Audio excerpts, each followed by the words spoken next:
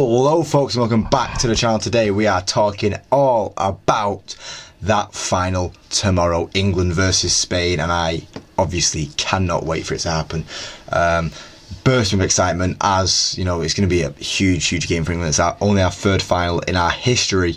We're going to get into talking all about that now, with how the teams reach final and stuff like that. So we're going to talk about England and their current world ranking, which is 5th in the world, which I feel like is a bit harsh on us. I feel like we should be higher. I feel like, you know, the way we performed in tournaments over the past 6 years should see us higher, but I get it because we haven't won anything why we're not as high on the list, but that's understandable.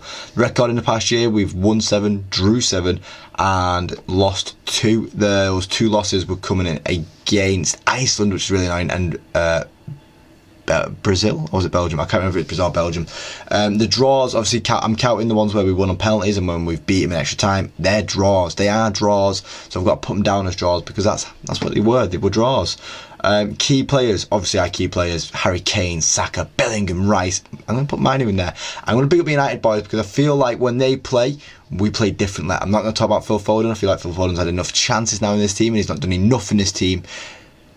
But prove me wrong in the final, Phil. Prove me wrong in the final, Phil. That's what I'm asking for. That's all I'm asking for, is prove me wrong. We've played in 2 finals. We've technically drew them both in the full 90 minutes. But obviously, in 66, we won it 4-2, scoring 2 goals in extra time. And then, sadly, in 2021, we lost on penalties to Italy. But we've actually never lost a final. So let's look on the bright side. We've never lost a final. Our road to the final, though.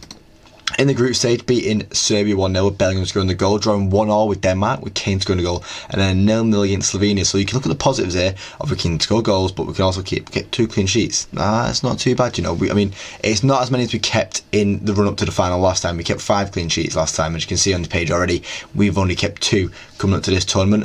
Beating Slovakia 2-1 thanks to that perfect Bellingham red kick, and then Kane scoring minus 4 minutes later.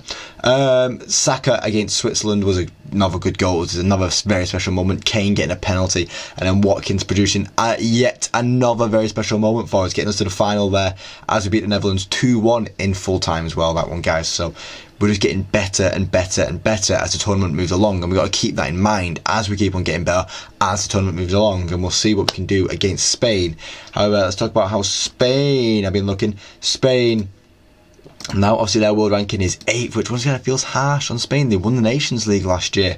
They did well at the World Cup. They didn't do great at the World Cup, but they did okay. Yeah, it's a bit harsh on them. The record in the past year as well, only losing once, winning 13 times. Compare that to, you know, England, who, you know, only had 7 wins. It's a very big difference there, and it shows the kind of football they're playing. They're playing good football. The key players, obviously, we've got to talk about Rodri. Rodri getting the man of the match in the Nations League final last year. Deserves a big shout there. But obviously, Lamine Yamal and Williams have been killing it on the wings from so far. But I've got to add a bit of experience in there with Carvajal and Ruiz, who have been adding that experience to that team and helping this team through the difficult bits when it's needed. The finals record, they've played in 4 more finals than England, but they've also lost 2 more, winning 3 outright and then having that one in 2010, taking it down to the wire with that Iniesta goal coming so late on in the game. But yeah, so Spain know how to win a tournament because they've done it quite a few times. They won 3 Euros, and this could be their 4th, but we will be hoping to stop that.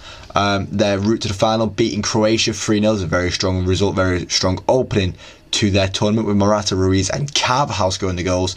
Italy, was an own goal that got them through, again that win there, and then a 1-0 win against Albania saw Torres scored a goal.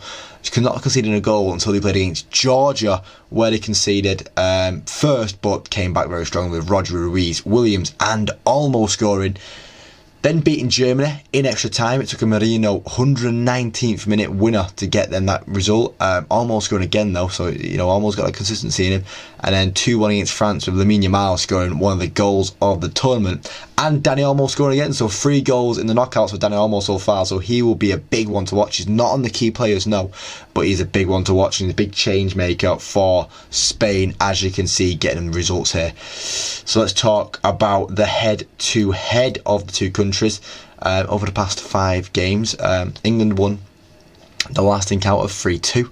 Then Spain won it before that, 2-1, and then they had a 2-2 draw. Spain won 2-0, England won 1-0.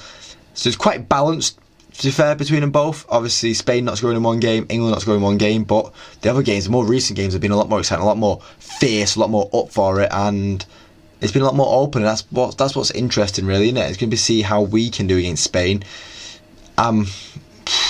It's going to be difficult to call. It's going to be really difficult to call. But now let's talk about how the teams line up. England are probably going to line up with that back five again, but as a back four, I'm going to move these things about, and we'll talk about how people will be playing. But yeah, roughly this is how we're going to be seeing things line up. England, and then the yellow dots are going to represent Spain, who, oh my god, I've missed a dot there, who are going to be in this, oh my god, missing dots all over the place, missing this back four here, back four again, where Cucurella can come into the midfield, and it kind of like drifts into a protective back three. Rodri kind of slips in there as well, and it kind of goes into that with Cucurella coming into the midfield a bit more, and it allows, it's Olmo and Ruiz to get a bit more advanced, allows Morata to, free up the things, and then free up the defenders, and then Lamine Yamal and Nico Williams are going to terrorise the fullbacks. But if we do have Luke Shaw and Kyle Walker, there'll be no issues. There'll be no issues at hand, and we'll be fine. See, games like this feels like I wish I had a Wan-Bissaka with me, because he just doesn't let anyone pass. It's you shall not pass, but Kyle Walker's fine because he'll catch him no matter what. No matter who you are, Kyle Walker's going to catch you down. I'm going to have Stones and Gehi making up a strong defensive, but obviously I feel like it is going to slip into this when we are out of possession. It's going to seem more like this with Luke Shaw, coming back still a lot, Saka coming back on that, and I'm going to see Bellingham drop, and it's going to be more Foden higher up in these, trying to find the pocket, while Mainu and Rice come down here. Bellingham frees him space for the pass, and then so does Kane, but Foden's going to be the higher one up here, trying to push, trying to find space when we do get that counter attack for Kane, Bellingham, Mainu, Rice to find him. Luke Shaw will be overlapping a lot. We're trying to work with Bellingham on that side, trying to work with Foden on that side, and trying to draw stuff to this side, whilst Saka can work stuff on this side, and then Foden, obviously, as he was doing, pushing onto both sides the other day. Bellingham happy to stay in the middle, and Foden to do the running, and then this is how we'd kind of look in the attacking transitions, with Rice and Mainu pushing up a little bit more as well. And then Spain obviously going back to that back four in a bit more of a stronger shape. See Rodri coming a bit deeper, and you'll see Ruiz and Trinity coming deeper, but what will happen is their attack will try and stay high, as high as they can, so that when they can get that counter attack, they can force that counter attack very quickly with the ball to Morata to win the ball and into their tricky wingers, who are going to be tough to deal with for us, but we will deal with them. We'll be fine with them. Obviously, the biggest challenge we're going to see here is this Carvajal versus Shaw on the overlap. Both of them wanting to get on the overlap constantly, but also wanting to protect each other from each other. So there's going to be a big job for someone over here, whether that be Bellingham or Foden, to be tracking that Carvajal run as well. Obviously, the difference maker in this game is going to be Rodri for Spain. Rodri is going to try and challenge the game, but with the talent we have in the midfield, we should be able to dominate over him. And that's why, onto the final one. And the winner. I've got to back my boys. Obviously, I've got to back my boys, because it's coming home, folks. It is coming home. And I cannot wait for it to come home. But that is the end of this video now, guys. I do thank you for watching. Like the video, please leave a like. You want to see more, subscribe, because there's more on the channel every single day. Thank you for watching, guys. And hopefully, I do see you next time. Cheers.